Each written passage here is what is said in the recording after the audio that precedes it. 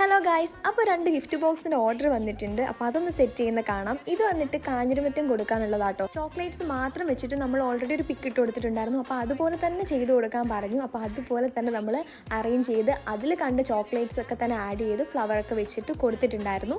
അപ്പോൾ ഇതാണ് final look. Just ഒരു ചോക്ലേറ്റ് ഹാമ്പർ മാത്രമായിട്ട് മതിയെന്ന് പറഞ്ഞു.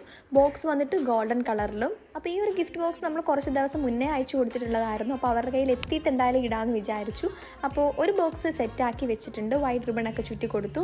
അടുത്ത ഗിഫ്റ്റ് ബോക്സ് വന്നിട്ട് നമുക്ക് ആലുവയിൽ കൊടുത്തയക്കാനുള്ളതായിരുന്നു. അതിലൊരു മിനി ഫ്രെയിം നമ്മൾ ഫോട്ടോ ഒക്കെ വെച്ച് കൊടുത്തു.